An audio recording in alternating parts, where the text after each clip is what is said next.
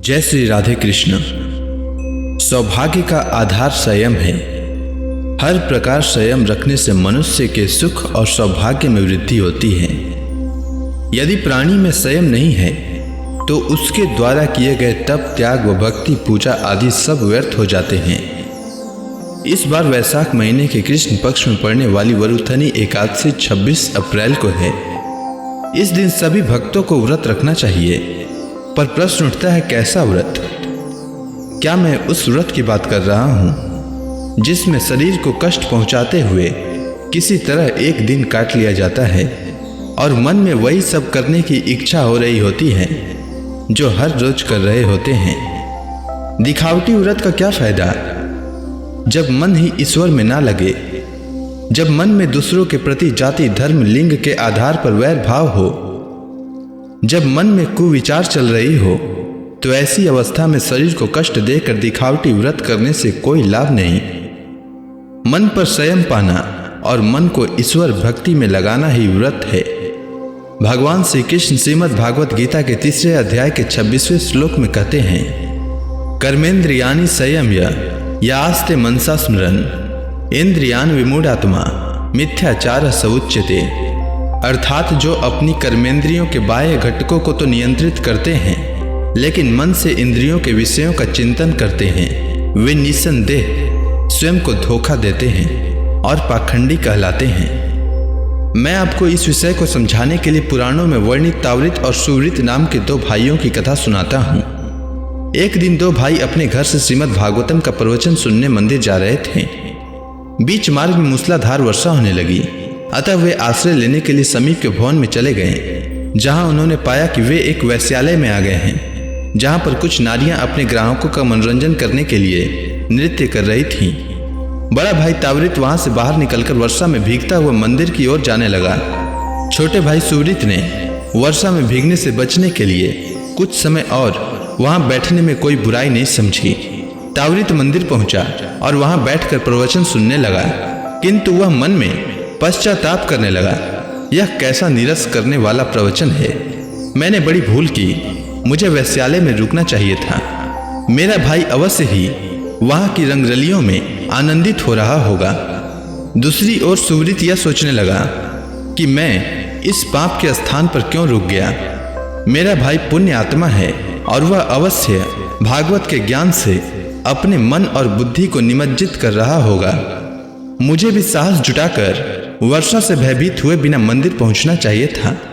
आखिरकार मैं कोई नमक का बना हुआ नहीं हूं जो थोड़ी वर्षा में घुल जाता।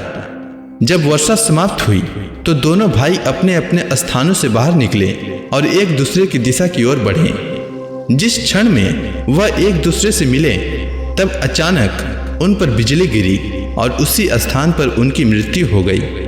जब यमदूत वहां आकर तावृत को नरक ले जाने लगे, तब तावृत ने आपत्ति करते हुए कहा, तुमसे भूल हुई है, मैं तावृत हूँ, वह मेरा भाई था जो कुछ समय पहले वेश्यालय में बैठा था, अतः तुम्हें उसे नरक में ले जाना चाहिए। यमदूतों ने उत्तर दिया, हमने कोई भूल नहीं की है। तुम्हारा भाई वहां वर्षा से बचने के लिए बैठा था, किंतु उसका मन भागवत के प्रवचन में तल्लीन था। दूसरी ओर प्रवचन सुनते समय तुम्हारे मन में वेश्यालय में ठहरने की लालसा उत्पन्न हो रही थी। अब कई लोग इस कथा को सुनने के बाद खुद ही समझ सकते हैं कि वे तावृत की तरह तन से व्रत रखते हैं। इस कथा को कहने का उद्देश्य यही है कि व्रत रखना है तो मन से रखो, तन से रखने से कोई लाभ नहीं होता। अब आइए सुनते हैं वरुथनी एकादशी व्रत कथा।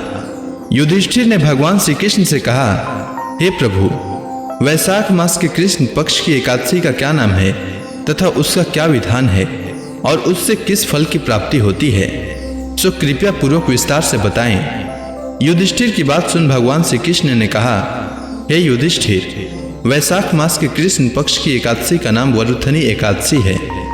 यह सौभाग्य प्रदान करने वाली है। इसका उपवास करने से प्राणी के समस्त पाप नष्ट हो जाते हैं। यदि इस उपवास को दुखी सधवा स्त्री करती है तो उसे सौभाग्य की प्राप्ति होती है। वरुथनी एकादशी के प्रभाव से ही राजा मानधाता को स्वर्ग की प्राप्ति हुई थी। वरुथनी एकादशी के उपवास का फल 10 सहस्त्र वर्ष तपस्या करने के फल के समान है। कुरुक्षेत्र में सूर्य ग्रहण के समय जो फल एक बार स्वर्ण दान करने से प्राप्त होता है, वही फल वरुथनी एकादशी का उपवास करने से प्राप्त होता है। इस व्रत को करने से प्राणी इस लोक में और परलोक दोनों में सुख पाते हैं और अंत में स्वर्ग के भागी बनते हैं।